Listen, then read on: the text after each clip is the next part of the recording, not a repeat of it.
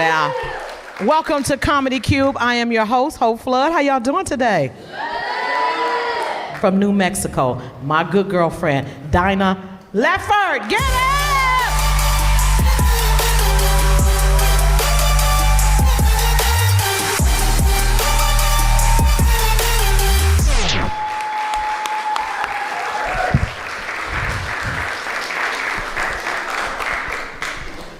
Thank you, guys. Don't look scared. You're not suddenly stuck at a Lisa Loeb concert. But I might break into song. But Hope's right. I did grow up in cannabis. I am from New Mexico. Is somebody from New Mexico? No, but thank you for the love.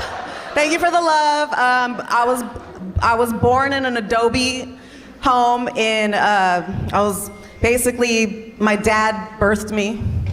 He caught me when I came out, and then my sister took care of me while the placenta you don't need to know that. New Mexico's cool. I mean, it's cleaner than regular Mexico. That's the most I can say about it. There's not a lot to do there. Like, have you guys seen Breaking Bad? Okay, that's Albuquerque. That's where I'm from. I did not watch that show too close to home. Like, there was nothing to do when I was growing up. Like, you guys remember if your parents had to get creative? Like, your mom was like, let's go for a ride, and then she drove really fast towards a wall, and at the last second, she just turned and looked at you. I hate your father. Let's move out of New Mexico. It's landlocked.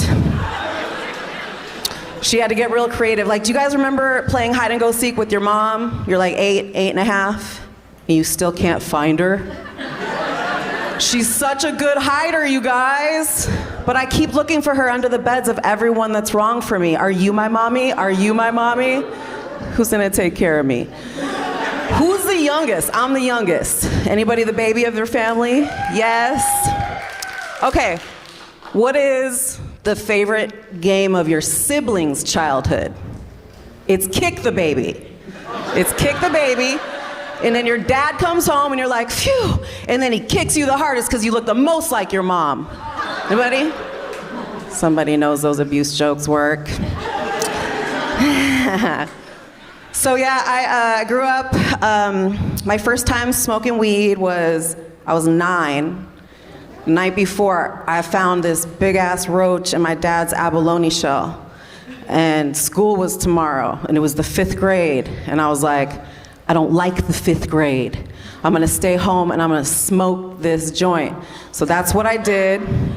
And then I smoked it and I was really high. And then my stepmom came in and she was yelling at me. And I was like, this is too much. And she was yelling, she was like, you forged my signature with a green crayon for your late slip? And I was like, first of all, guilty as charged. Secondly, I'm really high, and it's my first time, and you're a buzzkill. So could you chill? And then she was just like, she taught me like 3 things, my stepmom. First of all, she was my mom's best friend, so she stole my dad. So first thing she taught me was betrayal. And then every Thanksgiving, I don't know if you're like a Gen Xer like me, but follow the Yellow Brick Road. You guys remember this? Follow the Yellow Brick Road. Like every Thanksgiving, Wizard of Oz came on. Here comes my stepmom jumping in front of the TV. Oh, I could do this trick, this one trick. Follow the Yellow Brick Road. Follow the Yellow Brick Road. She looked upset. That's how upset I was when I was 9. So messed up. But I used to live down here. This is downtown LA, right? I used to live all the way down on Santa Fe, and it was the beginning of the Plandemic, and they had like, all of a sudden, everybody was home. You guys remember this? If you live in apartments, like you could hear everything. I could hear like this woman like chopping her vegetables. I could hear her vibrator. I could hear like, she started belting songs. I mean, just like belting Broadway tunes. And then one day she was like, all by myself. And I was all, You are not alone. I am here with you. And girl, I'm gonna be right next to the wall every night and day. I hear you shuffling your solitaire cards. You come over to my house, knock on the door, I'll take your temperature, you could come in. This is a crazy thing about me, but it's 100% true, verifiable, so don't question me right now. I came from New Mexico to the Bay Area. In '89, a kid came to our school that took our school by storm, and his name was Tupac Shakur. And I was his friend. I had many encounters with him. Yes, I've smoked blunts with Tupac. Yes, I have. Yes, I have. Yes, I have. And it's something I want you guys to know, because marketing is fake. It's fake news, okay? The Tupac I knew did not have clothes. He didn't have any clean, he had the same pair of jeans and same jean jacket every day at school. And he had talent. We would have like 200 kids around him at every break, and he would just write his raps and poetry, and then he would come out, and then he would a cappella, he would do his raps. But no girls would go out with him. And one day he came up to me and was like, Dinah, why won't no girls go out with me? And I was like, Pac, this is Marin County. You have to change your clothes. And Pac was like, oh. So then he got a job at Round Table Pizza. He got himself some clothes, and then he hooked up with my best friend who has letters this thick, 20 of them from Tupac. And she's like, I'm never selling them out. I'm never selling them out. And then she got him appraised. And she got the appraisal. She's selling him out, okay? She's selling him out. Okay, but I want you guys to know something. I was way more gangster than Tupac. Way more.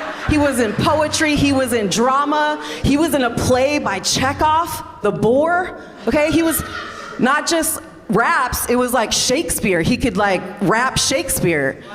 I was in a real gang with his little sister. Okay? This real gang, we were called the BGs, stood for bad girls, okay? And we beat up white girls. She said, stop, you're white. I told them I was Puerto Rican so they wouldn't beat me up, okay? That's called survival skills.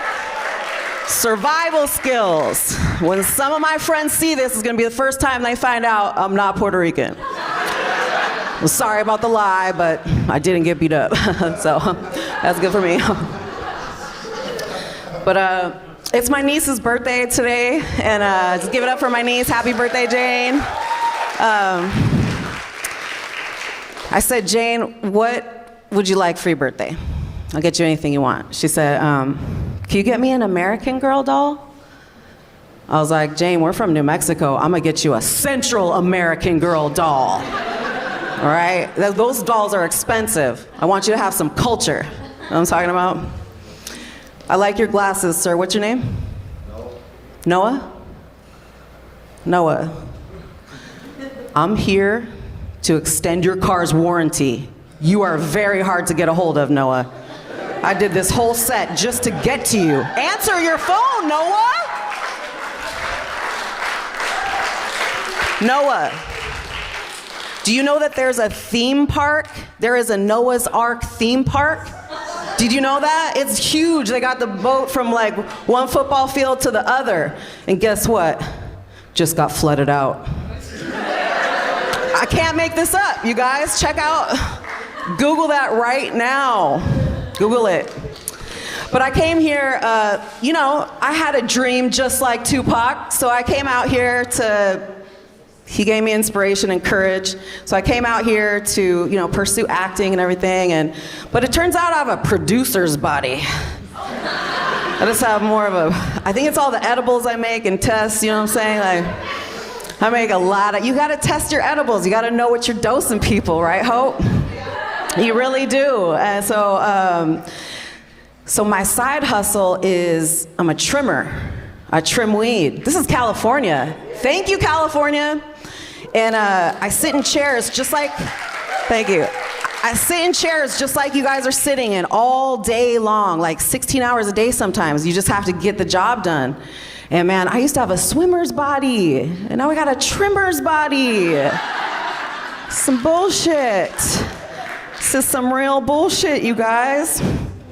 So when I was living in New Mexico, I was getting chased by Cholos down the irrigation ditches from school. And I was from the South Valley, which is like equivalent to South Central. So I had to learn how to fight.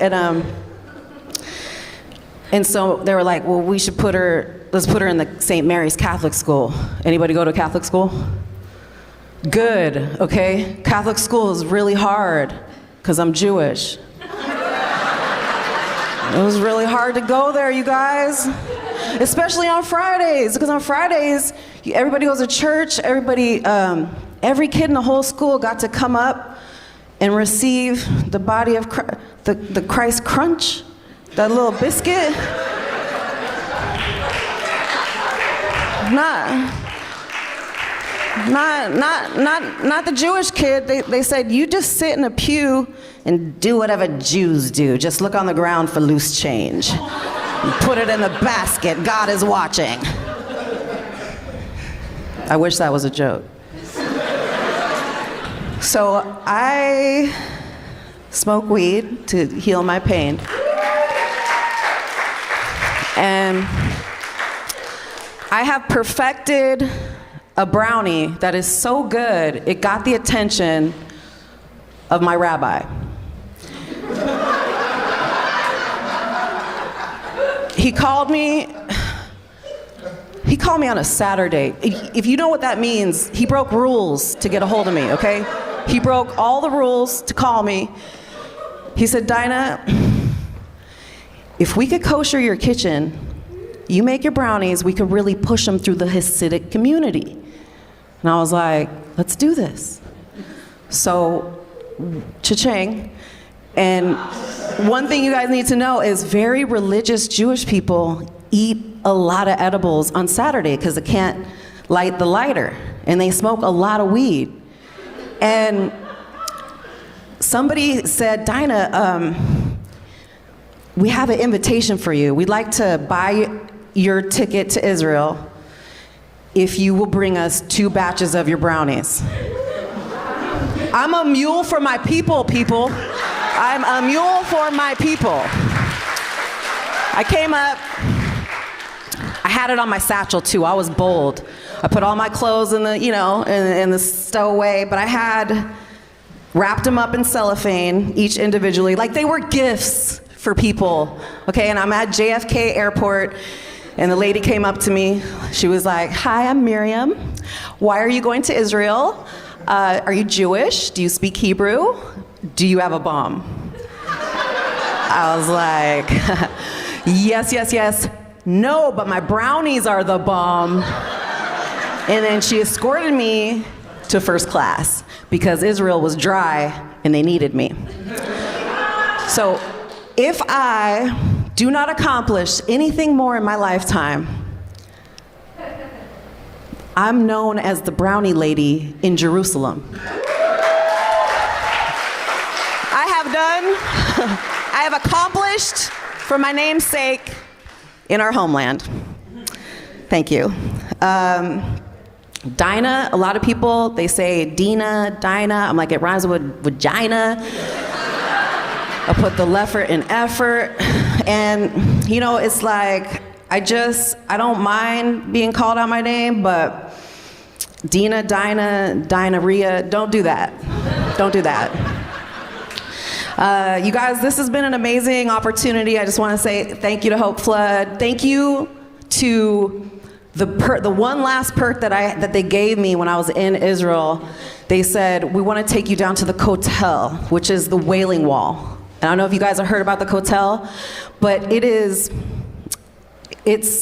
they believe that God's soul resides in the wall, in the last remaining wall of the destroyed temple.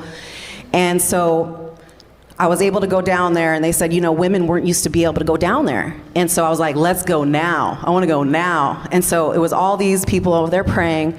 And they pilgrimage from all over the world just to put like in a tiny piece of paper, they put their prayer, and every nook and cranny of this wall is stuffed with prayers.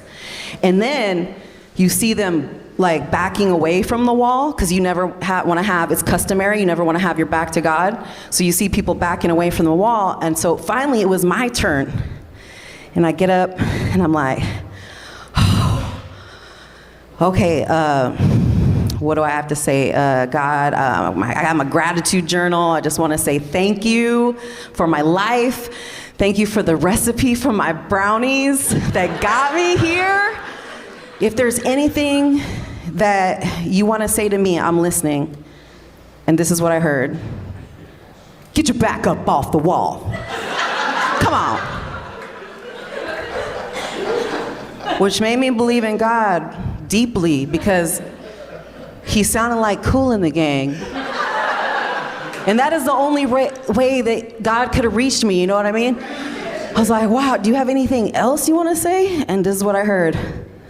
You are not alone. I am here with you. Thank you, good night. I'm Dinah.